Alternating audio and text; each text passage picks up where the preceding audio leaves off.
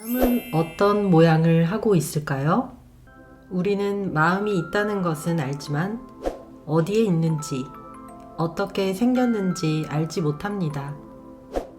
그래서 마음은 흔히 자유로운 상상을 통해 이런 것들로 비유되곤 합니다.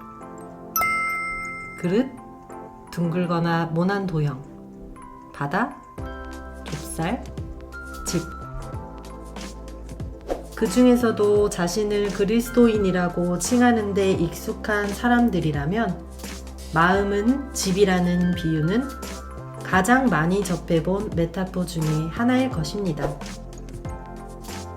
전 세계적으로 12개국 언어로 번역되어 1000만 권 이상이 판매된 로버트 멍어 교수의 책 내 마음 그리스도의 집은 바로 이 비유에서부터 출발합니다.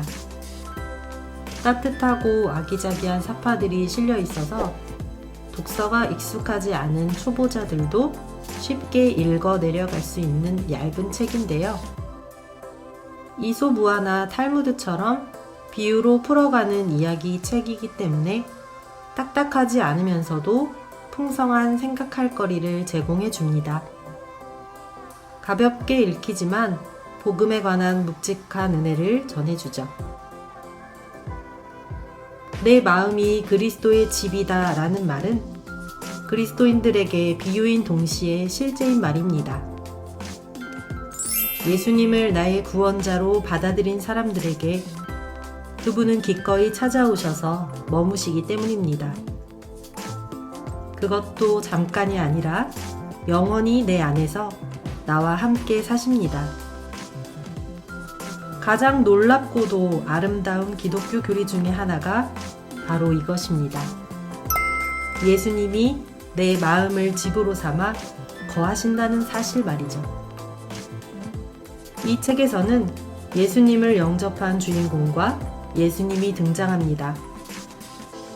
주인공은 내 마음 집에 찾아오신 예수님께 마음의 방들을 하나하나 열어 보여드립니다.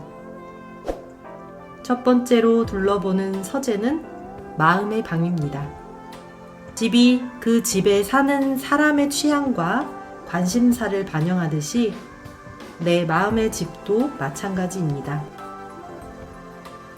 그리스도인이 읽을 필요가 없는 책들이 버젓이 꽂혀 있기도 하고 부끄러운 그림들이 지저분하게 걸려 있기도 합니다. 예수님은 주인공과 함께 너저분한 서재를 깨끗하게 정리하십니다. 그리고 빈 선반에 성경을 꽂아주십니다.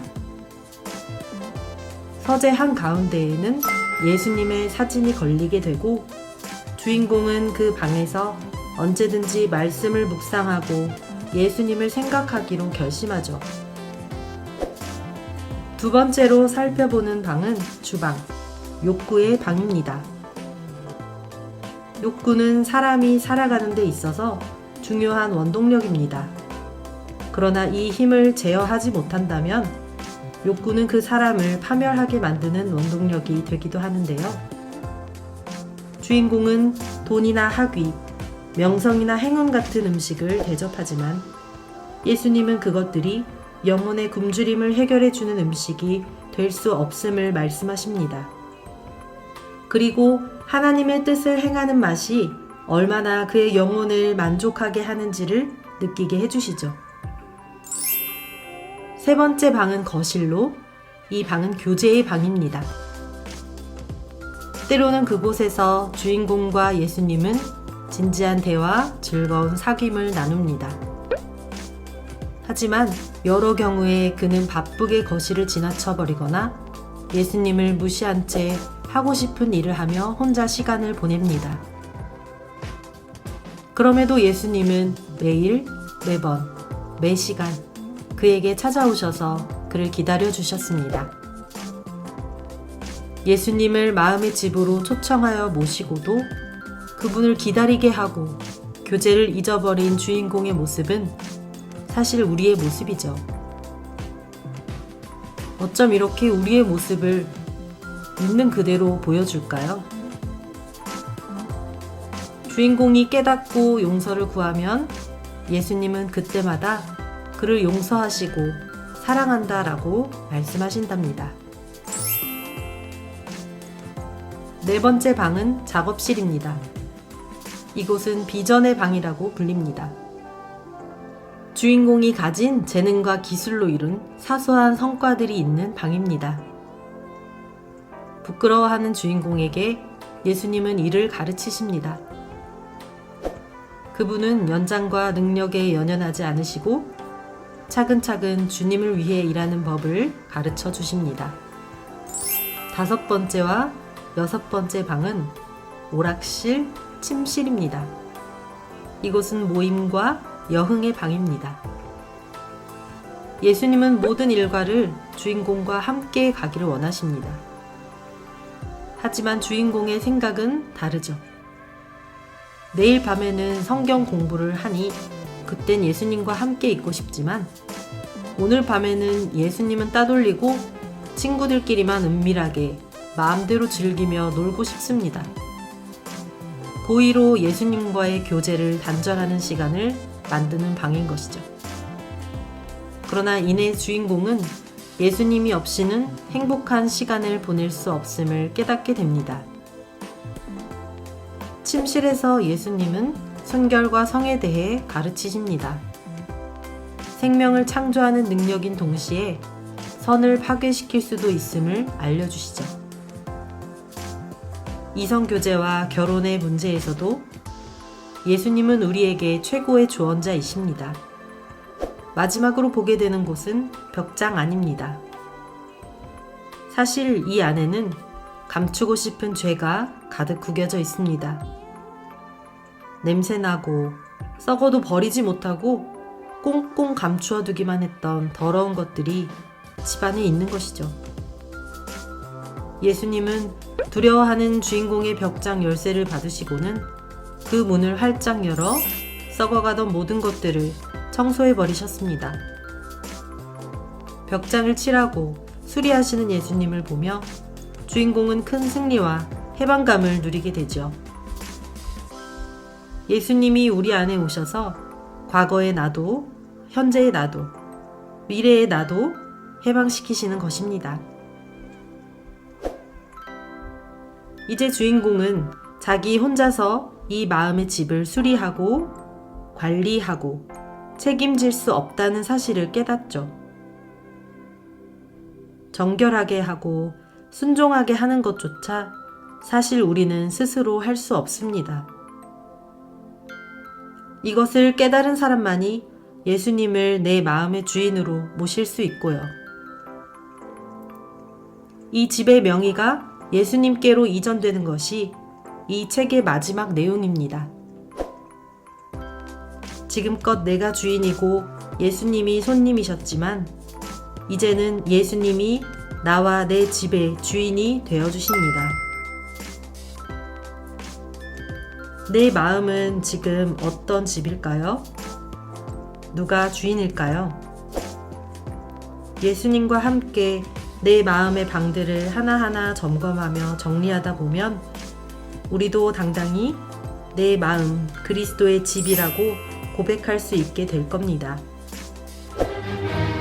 베토벤 교향곡 제5번 운명, 모차르트의 세레나데 13번, 아이네 클라인의 나트 무직, 그룹 비틀즈의 예스터데이와 퀸의 보헤미안 랩소디에 이르기까지 세월이 흘러도 사람들에게 변함없이 사랑받는 유명한 노래들이 있습니다.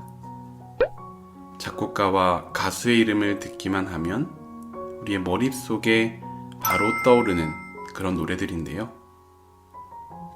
성경 속에도 그런 노래가 있습니다. 다윗 하면 떠오르는 유명한 시편, 여호와는 나의 목자시니, 바로 시편 23편이죠. 구약의 시편은 하나님을 찬양하는 찬송시 모음집이라 할 수 있습니다. 그 중에서도 이스라엘의 2대 왕이었던 다윗의 시인 23편은 우리에게 너무나도 잘 알려진 시편 중 하나입니다. 바로 이 시편 23편을 목자의 시선으로 풀어주는 책이 오늘 소개할 필립 켈러의 양과 목자입니다. 선교사의 아들이었던 저자는 중동 지역의 목자들과 비슷한 관습을 가지고 있는 동아프리카 목자들 틈에서 자랐습니다. 청년 시절에는 약 8년에 걸쳐 직접 양떼를 돌보던 목자이기도 하였고요. 그래서 그의 글은 양과 목자의 관계, 양의 습성에 대한 현장감이 넘쳐나죠. 시편의 저자였던 다윗 또한 목자였으니까 목자 출신의 왕이 쓴 시를 해석해주는 목자 출신의 평신도 사역자의 책이네요. 저자는 양떼를 돌보면서 양들이 얼마나 우리의 모습과 닮아 있는지를 알게 됩니다. 삿군 목자들과 선한 목자는 얼마나 서로 다른지, 선한 목자는 얼마나 지극히 헌신적으로 양들을 돌보는지도 경험하였습니다. 그러니 양과 목자의 관계가 우리와 예수님과의 관계를 얼마나 적절히 설명해주는 비유인지도 잘 알게 되었겠지요. 이 책을 읽고 나면 시편 23편은 허상의 시가 아니라 생활 밀착형 시에 가깝다는 사실을 알게 됩니다. 선한 목자는 양들을 위해 희생과 헌신을 아끼지 않습니다. 때마다, 시마다, 계절이 바뀔 적마다 가장 적절한 도움의 손길로 언제나 양들을 지킵니다. 선한 목자는 늘 양에게 부족한 것이 없는지를 살피는 눈을 가지고 있습니다. 풀밭이 황폐해지지 않도록 새로운 초장을 찾고 넘어져서 혼자 일어나지 못하고 있는 양이 있다면 달려가서 소생시킵니다. 개인적으로 가장 흥미로운 부분이 바로 이 대목이었는데요. 양은 뒤집혀 넘어지면 혼자 일어설 수 없다는 점이죠. 그래서 양이 오랫동안 뒤집힌 채 있게 된다면 목자는 양을 일으키고 양의 다리를 마사지 해주어야만 된다고 하네요. 안 그러면 양의 호기에 차오른 가스 때문에 몸의 끝부분들에서 혈액순환이 잘 되지 않는 데다 더운 날씨에 무방비로 노출되기 때문에 심한 경우에는 몇 시간 내에 양이 죽어버리기도 한다는군요. 양들에게 일어나는 문제는 그것뿐만이 아닙니다. 양들은 거의 모든 경우에 문제를 스스로 해결하지 못합니다. 마실 물을 찾는 일도, 질병과 기생충을 피하는 일도, 밤에 나타나 호시탐탐 양들을 노리는 살아온 맹수들로부터 자기 몸을 보호하는 일도, 심지어 털 관리까지도 양들은 목자가 있어야만 안전하게 이 문제들을 해결받을 수 있게 됩니다. 그렇기 때문에 눈을 떼지 않고 양들을 돌보는 목자만이 양떼를 안전하게 돌볼 수 있는 것이죠. 양들의 습성을 알면 우리는 부끄러워집니다. 마치 우리의 모습을 설명하는 것처럼 느껴져요. 양들은 겁이 많아서 한 마리가 겁에 질려 도망치면 영문도 모른 다른 양들도 우르르 함께 도망친다고 하죠. 또 양들은 우두머리 양이 되기 위해 끊임없이 투쟁하는 면모도 가지고 있다고 합니다. 양은 습관에 익숙한 동물이라 도랑이 파일 때까지 늘 같은 길로만 다니고 땅을 다 망가뜨릴 때까지 같은 곳에서만 풀을 뜯는다고 해요. 그래서 관리를 잘 받은 양들은 그 누구보다 유익한 동물이지만 관리를 잘 못 받은 양들은 누구보다 파괴적인 가축이 될 수도 있다고 하네요. 어떤가요? 우리의 모습 같죠? 나는 선한 목자다. 선한 목자는 양들을 위하여 목숨을 버린다. 선한 목자가 자신의 양떼를 헌신적으로 돌보는 모습은 예수님이 하신 말씀을 기억나게 합니다. 우리는 다 양 같아서 그릇 행하여 각기 제 길로 갔거늘. 아무것도 스스로 할 수 없는 우리와 그런 우리를 아낌없이 사랑해 주시며 돌보시는 그 예수님과의 관계를 우리는 양과 목자의 관계 속에서 배울 수 있습니다. 여호와는 나의 목자시니 내게 부족함이 없습니다. 어떤가요? 참으로 멋진 고백이죠? 선한 목자에게 안겨 만족스러운 양과 같이 저와 여러분도 예수님 안에서 참 기쁨과 만족을 느꼈으면 좋겠네요. 이 책의 더 자세한 내용은 양과 목자들 책을 읽어보시면 될 것 같습니다. 식, 주는 사람이 살아가는 데 있어서 반드시 필요한 것들이죠. 그래서 예나 지금이나 우리의 관심은 변함이 없습니다. 무엇을 입을지, 무엇을 먹을지, 어디서 살아갈지가 늘 우리의 관심사인 동시에 우리의 이야깃거리입니다. 성경시대의 사람들도 다르지 않았습니다. 먹고 마시고 옷을 입었으며 집에 머물렀습니다. 오늘은 그 중에서도 음식, 성경에 등장하는 먹을 것들에 대한 책을 소개합니다. 유재덕 교수님의 맛있는 성경 이야기인데요. 성경 이야기 속에 등장하는 빵, 고기, 생선, 올리브와 석류, 소금, 건포도와 치즈에 관한 내용이죠. 지금도 우리가 마트에 가서 사오곤 하는 바로 그것들 말입니다. 이 책은 총 3파트로 구분되어 있습니다. 제1부 재미있는 식탁 이야기, 제2부 달콤살벌한 먹을거리 이야기, 제3부 즐거운 축제 음식 이야기. 평소 성경 이야기 속 음식의 의미에 대해 궁금증을 가지고 있는 분들이나 이스라엘 먹거리와 관련한 문화를 공부하고 싶으신 분들은 한 번쯤 읽어보면 좋을 만한 내용입니다. 특히 챕터별로 해당 음식의 레시피까지 수록하고 있어서 홈쿠킹에도 유용할 듯 하네요.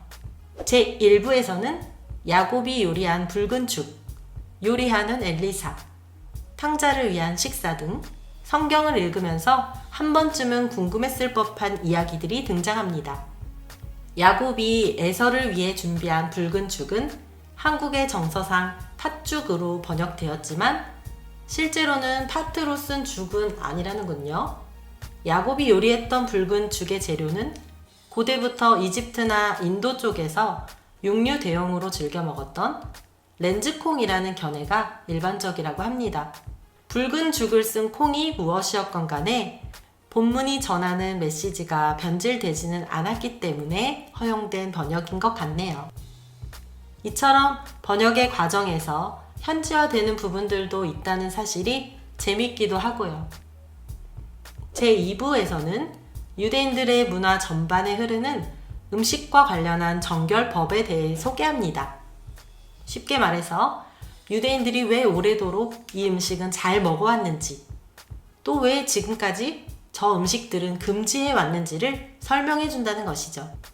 유대인들은 자신들의 정체성을 지키는 방법 중에 하나로 음식과 관련한 정결법을 사용합니다. 하나님께서 가르쳐 주신 대로 먹지 않아야 할 음식과 먹어도 되는 음식을 구분하고 철저히 따릅니다.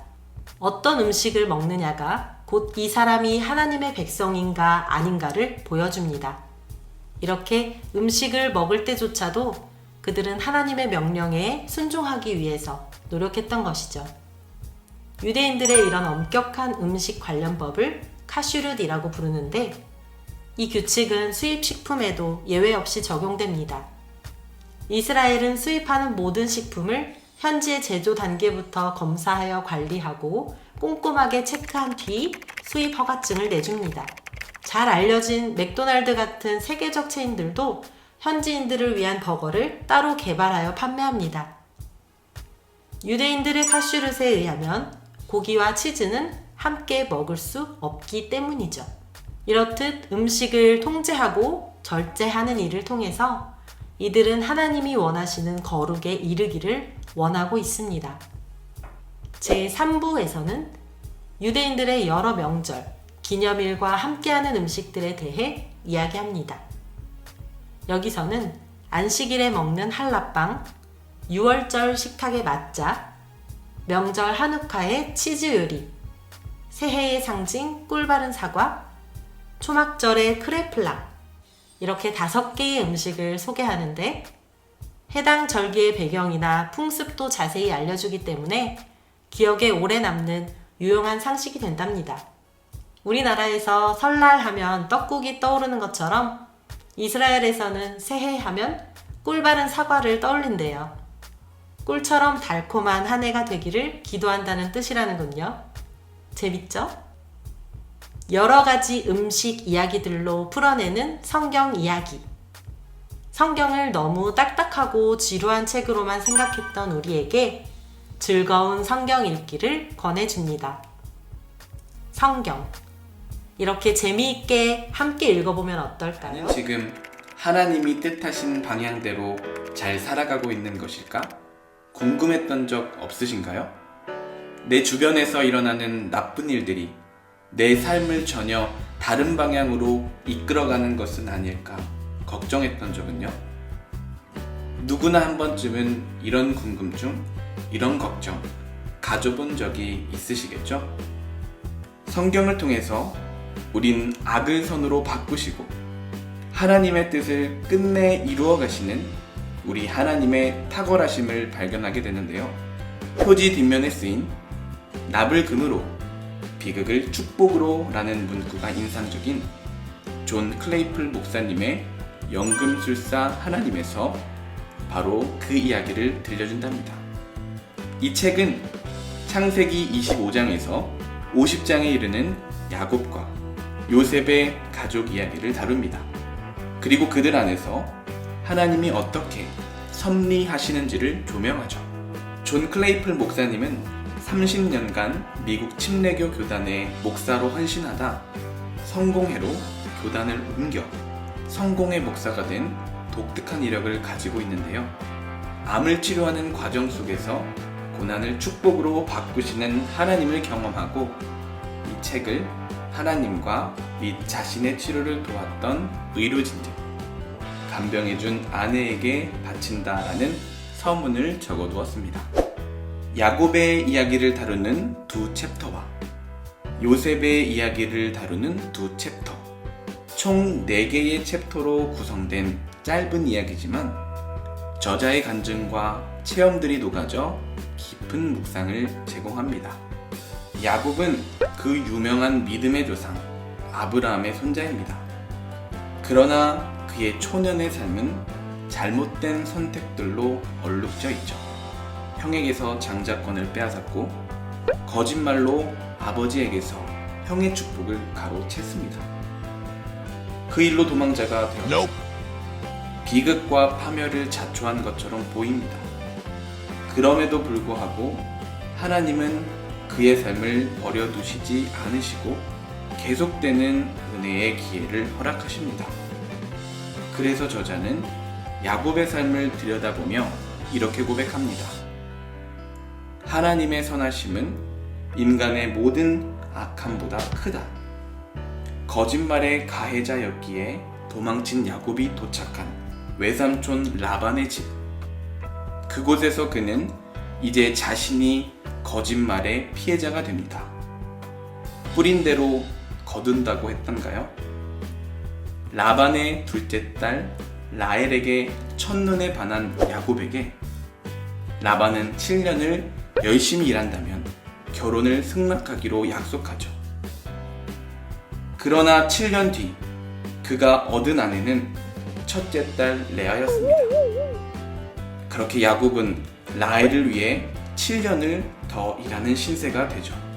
모두가 잘 알고 있는 것처럼 야곱 이야기의 클라이막스는 형 에서와의 재회 장면입니다.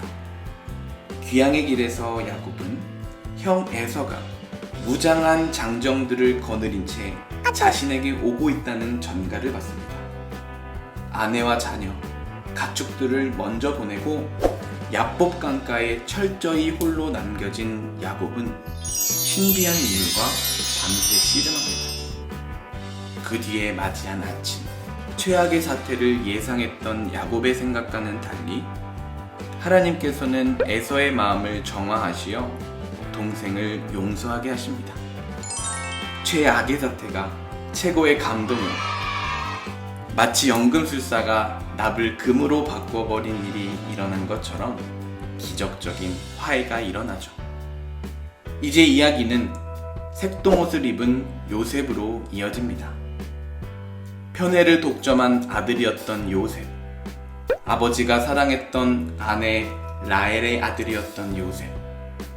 요셉은 10명의 형들에게 버려집니다. 그는 이집트 상인에게 노예로 팔리게 되지만 3장의 제목처럼 최악의 시기에 최선의 삶을 사는 모습을 보여주죠. 요셉은 높은 인격과 인내심을 보여주는 인물입니다. 만나는 모든 사람들에게 성숙한 면모를 드러냅니다. 갑자기 타국의 노예가 되어버린, 절망하고 분노해도 마땅했을 그 환경 속에서도 하나님을 신뢰했던 것이죠. 요셉은 고위 관료의 노예에서 감옥의 죄수로, 감옥의 죄수에서 왕의 꿈 해몽가로, 왕의 꿈 해몽가에서 이집트 총리로 매우 격변하는 삶의 여정을 걷습니다. 그리고 자신을 노예로 팔아 넘겼던 질투의 눈먼 형들을 총리의 보좌에서 다시 만나게 되죠. 노예로 팔려온 지 27년이 지난 뒤의 일이었습니다. 요셉은 악을 선으로 바꾸신 하나님을 고백하며 형들을 용서합니다. 비단 야곱과 요셉의 가족 이야기 속에만 연금술사 하나님이 존재하실까요? 오늘 우리 안에도 하나님은 연금술사처럼 일하고 계십니다. 우리의 눈으로 볼 때는 최악의 시절을 보내고 있는 것 같지만 하나님은 일하셔서 오히려 최악을 최고로, 고난을 축복으로 바꾸십니다. 이제 우리의 좁은 시야가 아닌 하나님의 시선으로 우리에게 일어나는 모든 일들을 해석한다면 어떨까요? 두루미 이야기 알고 계시죠? 접시에 음식을 대접하는 여우 때문에 두루미는 식사를 하지 못하고 호리병에 음식을 대접하는 두루미 때문에 여우가 식사를 하지 못했다는 이야기 말입니다. 상대의 관점이 아닌 내 관점으로만 상대방을 이해하려 하면 배려가 폭력이 되기도 한다는 교훈을 우리에게 주는 우화죠. 여러분은 상대방을 잘 배려하고 계신가요? 배우자에게 사랑 표현 어떻게 하고 계신가요? 오늘은 결혼을 앞둔 연인이나 부부들이 함께 읽으면 좋을 책 게리 체프먼의 5가지 사랑의 언어를 소개하려고 합니다.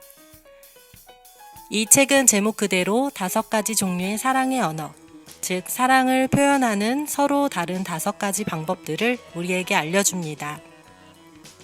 인정하는 말, 함께하는 시간, 선물, 봉사, 스킨십. 이렇게 5가지 사랑의 언어를 우리가 사랑을 표현할 때 골고루 사용하는데 그 중에서도 특히 가장 중요하게 생각하고 있는 방법은 사람마다 다를 수 있습니다.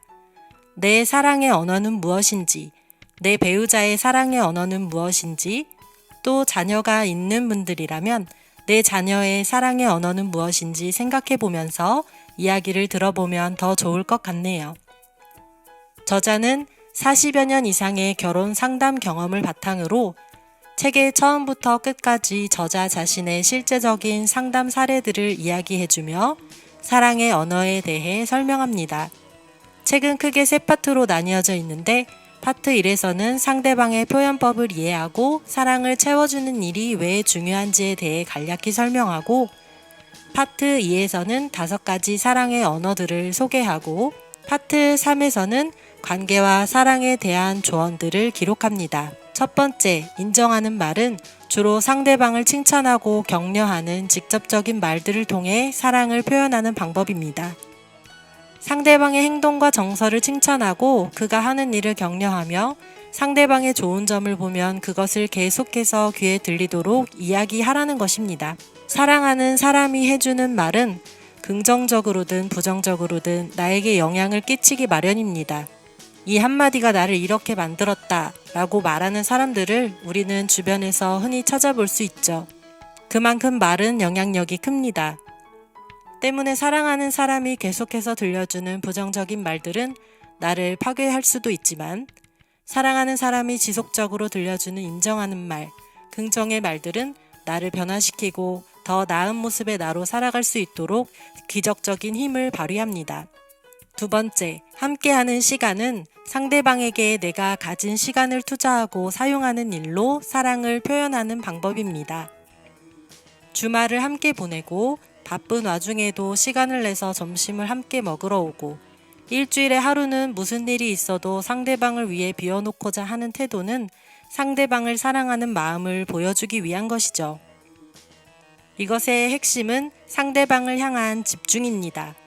비록 아주 짧은 순간이라도 상대방에게 관심을 집중하고 무언가를 함께하는 것이 함께하는 시간의 본질입니다. 대화를 나누고는 있지만 눈은 스마트폰의 대화창에 향해 있다거나 함께 있기는 하지만 동시에 다른 일로 바쁘다면 이것은 함께하는 시간에 해당하지 않으니 주의해야겠죠? 세 번째, 선물은 상대방을 생각하는 마음을 담아 친절하고 세심하게 상대를 위한 무언가를 제공하여 사랑을 표현하는 방법입니다. 선물을 고를 때 우리는 반드시 받는 사람을 생각합니다. 그래서 선물에는 받는 사람을 향한 주는 사람의 마음이 드러나게 되어 있죠. 남자가 여자에게 사랑의 증표로 반지를 선물할 때도, 아내가 남편을 위해 새로운 넥타이를 집어들 때도 그 안에는 상대를 향한 마음이 들어 있습니다. 선물은 사거나 찾거나 만들 수 있으며 값으로 계산하기보다는 의미를 통해 그 가치를 매겨야 한답니다. 남편이 조깅 중에 길에서 예쁜 깃털을 주어 아내에게 가져다 준데도 그 안에는 사랑이 들어 있습니다. 무조건 비싼 선물을 사준다고 해서 그 마음이 더 잘 전해지는 것은 아니니까요. 네 번째, 봉사는 헌신하거나 포기하고 도울 수 있는 모든 것을 기쁘게 돕는 행동을 통해서 사랑을 표현하는 방법입니다. 봉사를 제1의 사랑의 언어로 사용하는 배우자를 가졌다면 설거지나 재활용 분리수거나 이불 정리 같은 소소한 일들을 통해 배우자에게 깊은 감동을 줄 수 있습니다. 보통 이 봉사라는 사랑의 언어는 집안일을 돕는 것이지만 그것이 전부는 아닙니다. 상대방을 기쁘게 해주기 위해 하는 모든 돕는 행동들이 여기에 해당합니다. 다섯 번째, 스킨십은 손을 잡아주고 키스를 해주고 포옹해주는 모든 신체적 접촉을 통해 사랑을 표현하는 방법입니다. 인간이 가지고 있는 오감 중에서 신체의 한 부분에 국한되어 있는 다른 감각들과는 다르게 촉각은 신체 전반에 느껴지는 감각입니다. 이 감각은 신경학이 아닌 심리학적으로도 매우 중요하게 우리의 감정을 전달하는 수단이죠. 따귀를 때리는 것도 부드럽게 안아주는 것도 모두 스킨십입니다. 친밀함을 위해 스킨십은 매우 중요할 뿐 아니라 정서적 안정에도 큰 역할을 합니다. 내가 쓰는 제1의 사랑의 언어와 상대방이 쓰는 제1의 사랑의 언어는 서로 다를 수 있습니다. 나는 칭찬의 말을 원하지만 상대방은 스킨십을 원할 수도 있고, 나는 봉사하며 여태껏 사랑을 표현해 왔지만 상대방은 함께하는 시간이 부족하다고 느껴서 내 사랑을 충분히 느끼지 못했을 수도 있죠. 결국 모든 인간관계 속에서 가장 중요한 것은 상대방의 입장을 고려하는 배려와 이해가 아닐까요? 내가 주고 싶은 것을 주는 것이 아니라 상대방이 받길 원하는 것을 주는 사랑. 그런 배려하는 사랑, 우리도 했으면 좋겠네요. 또 한국 교회는 어디로 어떻게 나갈 것인가? 하나님을 믿고 한국 교회를 사랑하는 기독교인이라면 이러한 질문 한 번쯤 해보신 적이 있을 겁니다. 앞으로 5년 한국 교회 미래 시나리오의 저자 최윤식 박사는 이렇게 말합니다. 미래는 갑자기 오지 않는다. 미래는 반드시 미래의 징후를 주고 온다. 그렇다면 한국교회가 맞이하게 될 미래와 그 미래의 징후는 무엇일까요? 또 우리는 어떻게 이 미래를 준비해야 할까요? 저자는 1부에서 앞으로 5년 한국교회를 둘러싼 변화들을 전망합니다. 그 전망을 한마디로 표현하면 이제 곧 7년의 흉년이 시작된다입니다. 그 근거는 세계적 그리고 국내적인 환경의 변화에서 찾을 수 있는데 정확하게 말해 경제 위기입니다. 1997년 IMF 사태와 2008년 서브프라임 모기지 사태와 같은 금융위기가 다시 한번 한국 경제에 커다란 데미지를 줄 수도 있다는 예측이죠. 그간 한국 경제는 이러한 위기를 슬기롭게 극복하였지만 문제는 지금 한국은 아래로는 중국의 기술적 성장과 위로는 선진국의 급격한 발전이 있어 글로벌 시장에서 시장 경쟁력을 찾기가 쉽지 않다는 것입니다. 자칫하다가는 한국 경제에 잃어버린 20년이 오게 될 것이고 이는 한국 경제의 장기적 침체, 곧 흉년의 시작이 될 것이라는 예측이죠. 앞서 말한 경제적인 위기는 미래 한국교회 성도들과 교회에 어떤 영향을 미칠까요? 먼저 경제적으로 막대한 빚을 지고 있는 가계와 성장 동력을 잃어버린 기업들이 무너진다면 가계와 한국교회, 나아가 한국 사회 전반에 먹구름이 드리워지는 것은 자명한 일이 될 것입니다. 2020년 기준 이미 한국의 가계부채는 1,500조 원을 넘어섰으며 몇몇의 대기업을 제외하면 기업과 나라의 빚 또한 빠르게 늘고 있습니다. 교인의 감소 추세 또한 가파른데요. 여기에 1970년대 한 해 출산아 수가 약 100만 명이었던 것이 2017년 기준 약 35만 명으로 3분의 1 토막이 난 것을 고려한다면 교회의 교회 학교로부터 잠식이 되는 현상이 이미 시작되었다고 볼 수 있죠. 밖으로는 성도의 자산과 교회의 재정이 타격을 받고 안으로는 신앙적, 삶의 질적 향상이 없는 상황에서 교회는 설 자리를 점점 잃어가게 될 것입니다. 경제적 위기가 교회의 위기라고 말할 수는 없지만 교회의 쇠퇴를 증폭시키는 역할을 할 수 있습니다. 선교와 전도에 들어가는 예산을 삭감하게 될 것이고 교회 학교 시스템이 작동하지 않게 될 수 있습니다. 세대 간, 직분자 간의 갈등이 커지면 교회의 분열이 극심해질 수 있습니다. 에이, 그럴 일 없어. 괜찮아. 기도하면 될 거야. 라는 영적 안일함에 빠지지 말고 우리는 다가올 흉년을 서둘러 대비해야 합니다. 이 책의 2부에서는 향후 20년 교회를 둘러싼 환경의 변화를 예상합니다. 1부가 경제적인 면에 초점하였다면 2부는 다가올 사회 전반에 대한 통찰을 제시합니다. 저자는 모든 자연의 이치가 성장 요소와 성장 한계 요소의 치열한 줄다리기와 같다고 말합니다. 어떠한 영역이든지 그 안에서 성장 요소가 강하게 나타나면 성장하는 것이고 성장 한계 요소가 힘을 발휘하면 쇠퇴한다는 것이죠. 그렇다면 미래의 한국 사회는 어떠한 요소가 힘을 발휘할까요? 우리는 미래 전문가 홍성국 씨가 쓴 책 수축 사회에서 그 해답을 찾을 수 있을 것입니다. 홍성국 씨는 인구 감소와 생산성의 획기적인 증대로 인한 공급 과잉, 역사상 최고 수준의 부채, 부의 양극화로 세상은 더 이상 성장이 어려운 환경이 되었다라고 말합니다. 이러한 현상은 교회에도 동일하게 적용됩니다. 3대 인구 구조의 변화, 즉 저출산과 고령화, 평균 수명의 연장은 교회 내 인구 구조를 심각하게 변화시킬 것입니다. 저자는 시뮬레이션을 통해 2060년 순기독교 인구는 650만 명에서 최소 300만 명까지 줄어든다고 예측하였습니다. 평균 수명의 연장으로 인해서 향후 20년간은 기독교 인구가 완만한 감소세를 유지할 것으로 예상하지만 2045년 이후에는 기독교 인구 감소 속도가 기존의 2배 이상 빨라질 수 있다는 것이죠.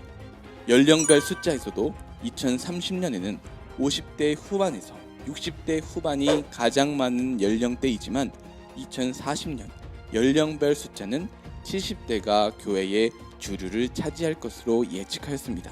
15년 혹은 20년 후 어린이, 청소년은 미전도 종족화된다. 저자의 경고가 무섭게 들려옵니다. 교회의 노령화로 복음의 역동성을 잃어버리고 경제적인 침체로 성도들의 삶이 수축될 수 있다는 전망입니다. 외부 세계에서는 교회의 신앙관에 대한 도전이 물밀듯이 밀려올 것입니다. 교회는 이 위기를 어떻게 극복할 수 있을까요?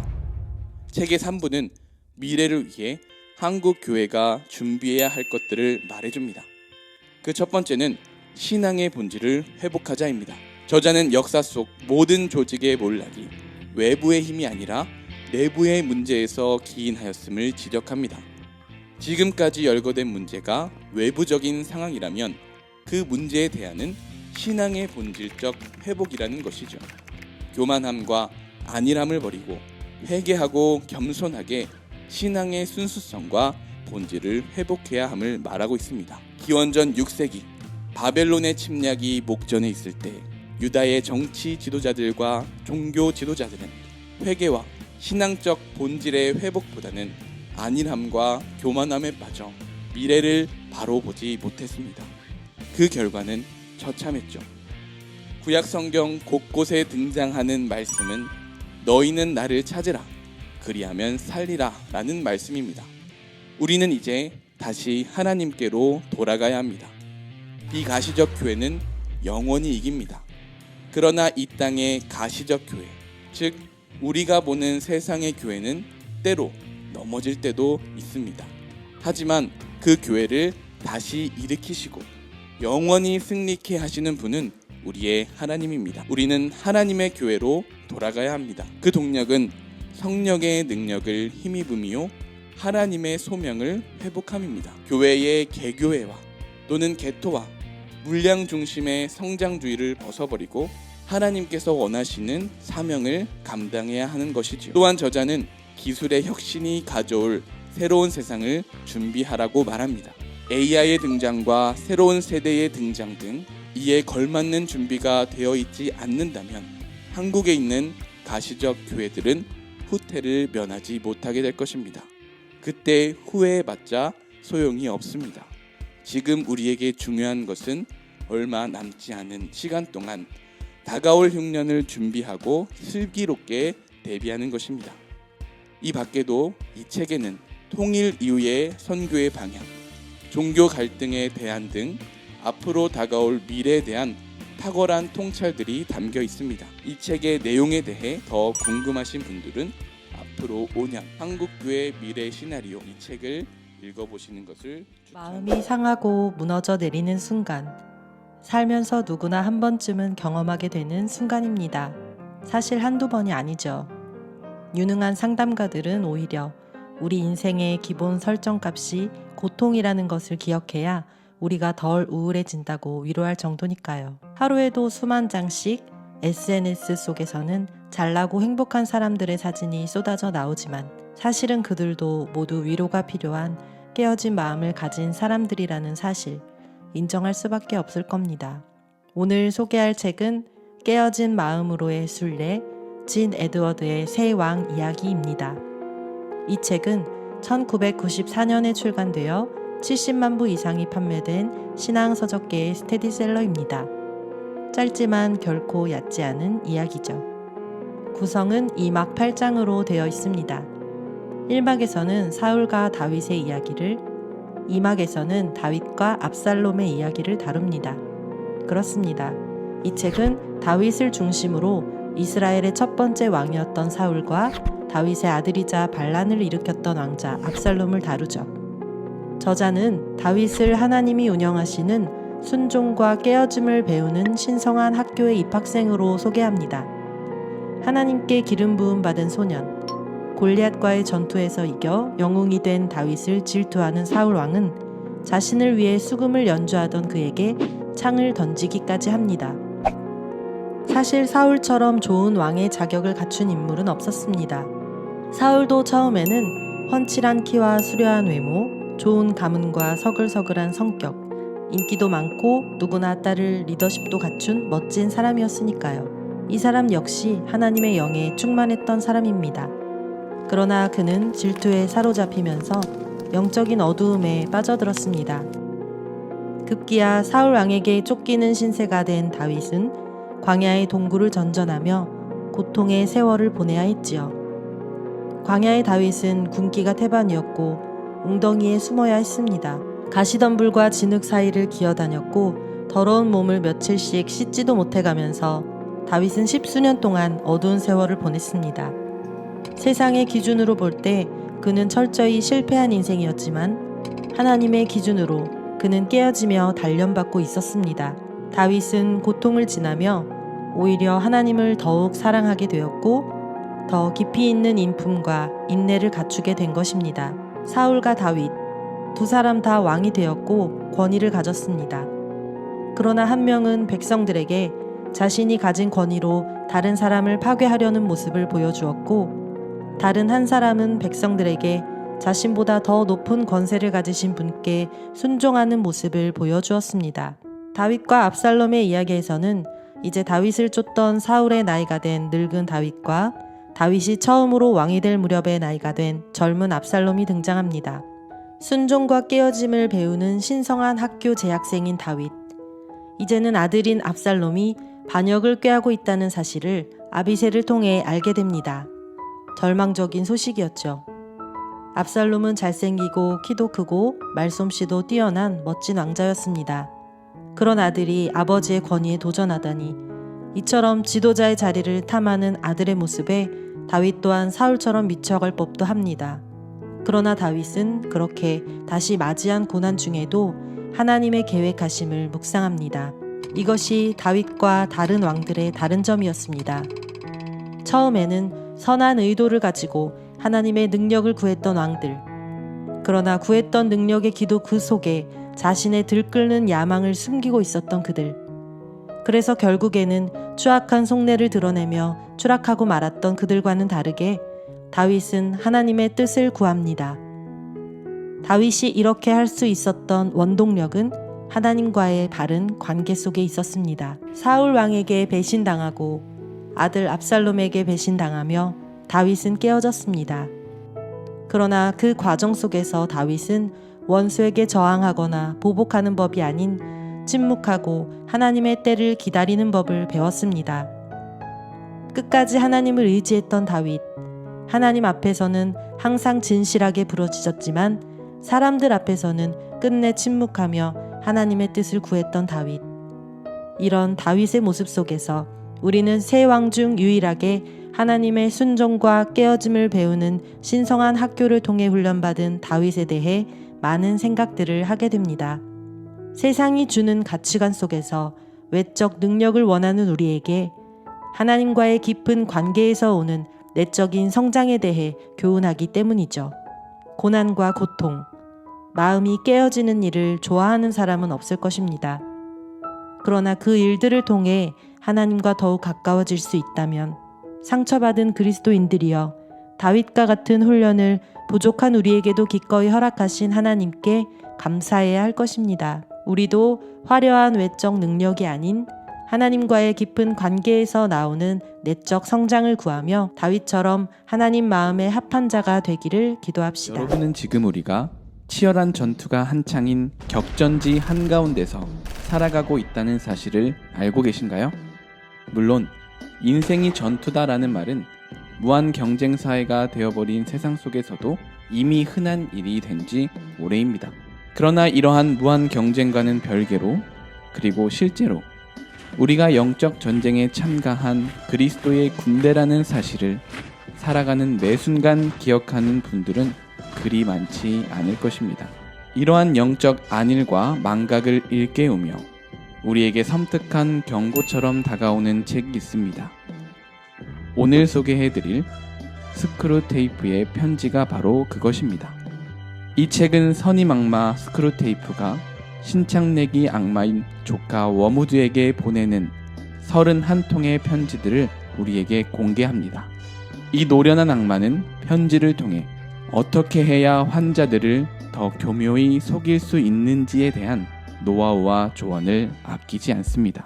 저자인 C.S. 루이스는 우리에게 순전한 기독교, 나니아 연대기, 고통의 문제, 4가지 사랑 등의 저서로 유명한 문학 교수이자 영문학 교수인 작가입니다. 1898년 아일랜드 태생인 그는 기독교 집안에서 태어났음에도 철저한 무신론자로 살았습니다. 그러다가 1929년 회심하여 하나님을 믿게 됩니다. 그 뒤로 C.S. 루이스는 자신이 가진 논리와 변증법, 문학적 재능을 활용하여 수많은 기독교 문학 작품과 기독교 변증의 책들을 남겼습니다. 1957년 훌륭한 아동 청소년 문학 작품에게 수여하는 카네기상 수상 경력도 있죠. 여러분도 아시다시피 C.S. 루이스는 문학을 사용하여 기독교의 핵심 교리들을 풀어내는 능력이 정말 탁월합니다. 스크루테이프의 편지 속에도 그의 작가적 상상력과 더불어 깊이 있는 신학과 기독교의 근간에 관한 사색들이 담겨 있는데요. 비교적 단순한 편지글 구성을 가진 소설이지만 그 내용이 매우 심오하고 신학적입니다. 이 악마의 편지들을 하나씩 읽어 내려가다 보면 때로는 교묘한 마귀의 간교에 등골이 오싹해지기도 하고, 때로는 입이 나도 경험해 본 적이 있는 그리스도인의 흔한 착각을 꼬집혀 머쓱해지기도 합니다. 문학의 옷을 입은 신학책, 굳이 장르를 세분화해보자면 기독교 문학계의 블랙 코미디인 것 같네요. 저자는 악마 스크루테이프의 관점을 통해 그리스도인들이 악마의 어떤 영적 공경에 무력화되고 하나님을 떠나게 되는지를 깨닫게 합니다. 그들의 계략은 정말 간교해서 우리로 하여금 이것이 절대 하나님과 반대되는 생각이 아니라고 철석같이 믿게 만듭니다. 그 때문일까요? 우리는 너무나도 자주 우리가 영적 전쟁 중임을 잊고 그들에게 속아 한 발은 세상에 한 발은 교회에 담그고 미온적인 태도로 사는 것을 마치 미덕처럼 여길 때도 많죠. 그래서 우리는 악한 원수들이 그리스도인들에게 어떤 전략을 사용하는지 알아야 합니다. 지피지기의 마음으로 공격을 알면 승리할 방법도 알게 될 테니까요. 이 책에는 그리스도인들이 공감할 만한 매우 현실적인 공격들이 등장하는데요. 예를 들면 2번째 편지에서는 스크루테이프가 워무드에게 너의 환자를 내면의 영적 능력에 집중하게 만들지 마라. 오히려 남들에게 영적으로 보이고자 하는 외면의 허영, 종교적 위선에 집중하게 만들어라 라고 조언합니다. 9번째 편지에서는 종교는 지나치지 않아야 좋을 것이라고 믿게 만들어라 라고 하며 환자로 하여금 만사의 중용을 외치게 하라고 말합니다. 또한 20번째 편지에서는 육체적 욕망과 쾌락을 부추기는 동시에 환자가 지키고 있는 순결이 본인의 의지가 아닌 강제적인 하나님의 명령이라 여기고 불쾌한 마음을 갖게 하라고 지시하기도 합니다. 그리고 23번째 편지에서는 환자에게 신앙과 정치 사이의 경계에 대해 관심을 갖게 하고 인본주의적 노선에서 역사적 예수에 집중하게 만들라고 가르치기도 합니다. 어떤가요? 이 악마들이 우리에게 펼치고 있는 다각도의 공격과 노력, 너무 와닿아서 소름 끼치지 않나요? 저자의 저작 시기와 책을 읽는 우리 사이에 꽤 많은 시간적 여백이 있음에도 불구하고 이 책이 현재를 사는 우리에게도 여전히 예리하게 경고하고 있는 것을 보면 예나 지금이나 그리스도인들은 항상 비슷한 류의 영적 싸움을 해오고 있는 것 같습니다. 하나님과 나 사이에 틈을 파고드는 악마를 몰아내야 하고 내면에서 끊임없이 속삭이는 달콤한 유혹들과 싸워 이겨야 하는 우리로서는 이 책이 마치 손자병법과 같은 비법서처럼 읽힌답니다. 오늘은 C.S. 루이스와 함께 악마의 계교를 파헤쳐보고 영적 전쟁에서 승리하는 비결을 배워보는 것이 어떨까요? 이 책의 내용이 더 알고 싶은 분들께 홍성사의 스크루테이프의 편지를 추천합니다. 지구에는 얼마나 많은 사람들이 살고 있을까요? 무려 70억 명이 넘는 사람들이 전 세계에 흩어져 살아가고 있다고 해요. 그런데 그 수많은 사람들 중 나와 완벽하게 똑같은 사람이 있을까요? 단 한 명도 없어요. 우리는 모두 세상에 단 하나뿐이죠. 그래서 나는 나이기 때문에 특별한 거래요. 오늘 함께 읽을 책은 맥스 루케이도 목사님의 너는 특별하단다예요. 생김새도 제주도 제각기 다른 웬믹이라는 나무 사람들이 모여 사는 마을이 있었어요. 이 웬믹들은 모두 엘리 아저씨라는 한 사람의 목수가 만들었는데 그 아저씨 작업장이 있는 언덕 아래에 이 마을이 있었죠. 웬믹들은 항상 금빛 별표와 잿빛 전표 같은 상자를 들고 다녔어요. 하루 종일 마을을 돌아다니면서 만날 때마다 서로에게 별표나 전표를 붙여주는 게 웬믹들의 하루 일과였어요. 겉모습이 멀끔하고 재주가 뛰어난 웬믹들은 늘 많은 별표를 받았어요. 하지만 볼품이 없거나 재주가 별로 없는 웬믹들은 잿빛 전표를 받았지요. 펀치넬로도 늘 잿빛 전표를 받았어요. 재주도 없고 실수투성이에다 말투도 우스꽝스러웠거든요. 웬믹들은 수군거렸어요. 펀치넬로는 좋은 나무 사람이 아니야. 그런 말들을 들으면 펀치넬로도 스스로 이렇게 말했어요. 나는 좋은 나무 사람이 아닌가 봐. 그런데 어느 날 펀치넬로는 지금껏 본 적 없는 루시아라는 이상한 여자아이를 만났어요. 이 웬믹의 몸에는 별표도 전표도 없었어요. 그냥 깨끗한 나무 사람일 뿐이었죠. 웬믹들이 이 표를 붙여도 루시아의 몸에는 표가 붙지 않았어요. 금방 떨어져 버렸어요. 펀치넬로는 궁금했어요. 그래서 루시아에게 다가가 왜 몸에 표가 없는지 물었어요. 나는 매일 엘리오 아저씨를 만나. 루시아는 언덕 위를 가리켰어요. 펀치넬로는 루시아의 말을 듣고 집으로 돌아가 별표와 전표에 대해 한참 생각했어요. 그리고 엘리 아저씨를 찾아보기로 결심했죠. 엘리 아저씨의 작업장은 낯설고 커다랬어요. 움츠린 펀치넬로가 다시 집으로 돌아가려고 할 때 다정한 목소리가 들려왔어요. 펀치넬로야, 엘리 아저씨가 반갑게 맞아주시자 펀치넬로는 당황했죠. 저를 아세요? 그럼 당연하지. 내가 너를 만들었는걸? 엘리 아저씨는 펀치넬로를 작업대에 앉혀두시고 몸에 붙은 전표들을 천천히 살펴보셨어요. 나쁜 전표를 많이 받았구나. 하지만 나는 다른 웬맥들이 너를 어떻게 생각하는지 상관하지 않는단다. 펀치넬로야, 가장 중요한 건 너를 만든 내 생각이지. 나는 너를 아주 특별하다고 생각해. 펀치넬로는 재주도 없고 칠도 벗겨진 볼품없는 자신을 왜 특별하다고 생각하시는지를 물었어요. 그러자 엘리 아저씨는 이렇게 대답하셨어요. 왜냐하면 내가 널 만들었으니까. 그래서 너는 내게 무척 소중해. 나는 항상 네가 찾아오기를 기다렸어. 엘리 아저씨는 펀치넬로에게 몸에 아무런 표도 붙지 않는 루시아의 비밀에 대해서도 알려주셨어요. 그리고 펀치넬로를 아주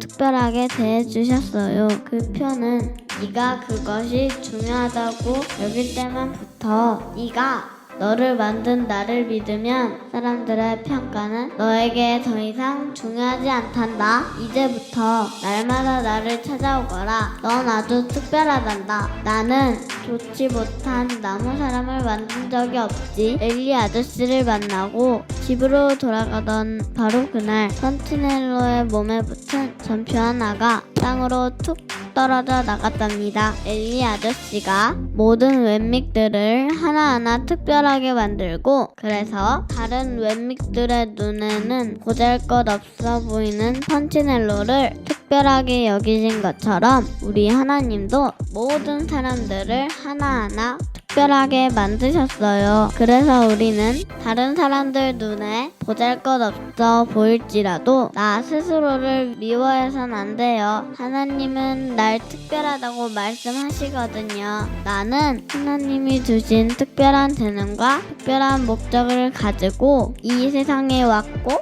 하나님의 사랑을 받는 이 세상에 단 하나뿐인 사람이니까요. 오늘은 거울 속의 나에게 너는 특별해 라고 말해주세요. 오늘은 나의 실수를 용서해주고 다독여주세요. 오늘은 하나님이 나를 사랑하신다는 사실을 잊지 말고 기억해주세요. 나를 향한 하나님의 마음 알아주세요. 지금까지 사랑에 빠지다였습니다. 저는 여름이었어요. 감사합니다. 1894년 어느 화창한 봄날, 나룻배 하나가 평양의 대동강 유역 나루터에 도착했습니다. 그 배는 미국 감리교 선교부의 공식 파송을 받은 의료 선교사 윌리엄 제임스 홀과 로제타 셔우드 홀 부부 일행이 탄 배였습니다.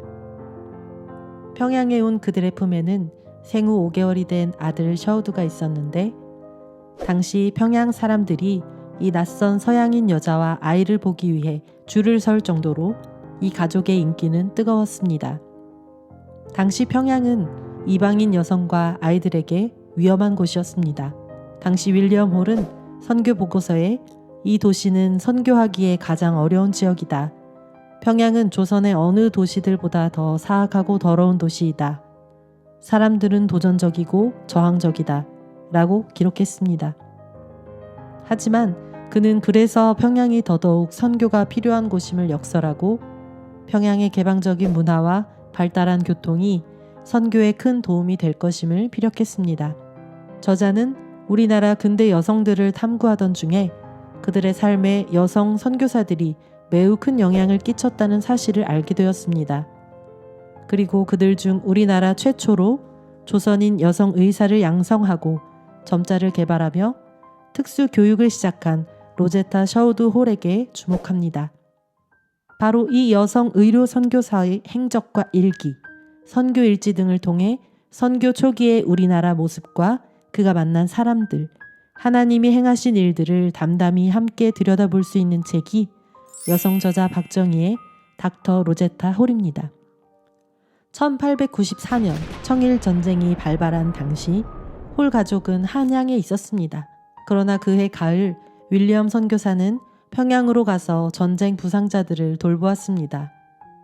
결국 자신의 몸보다 밤낮으로 환자들을 섬기는 일에 더 열중했던 윌리엄 선교사는 일본인 병사들이 옮긴 이질에 감염되어 사랑하는 부인과 아들을 남겨둔 채 그해 초겨울 하나님의 부르심을 받게 됩니다.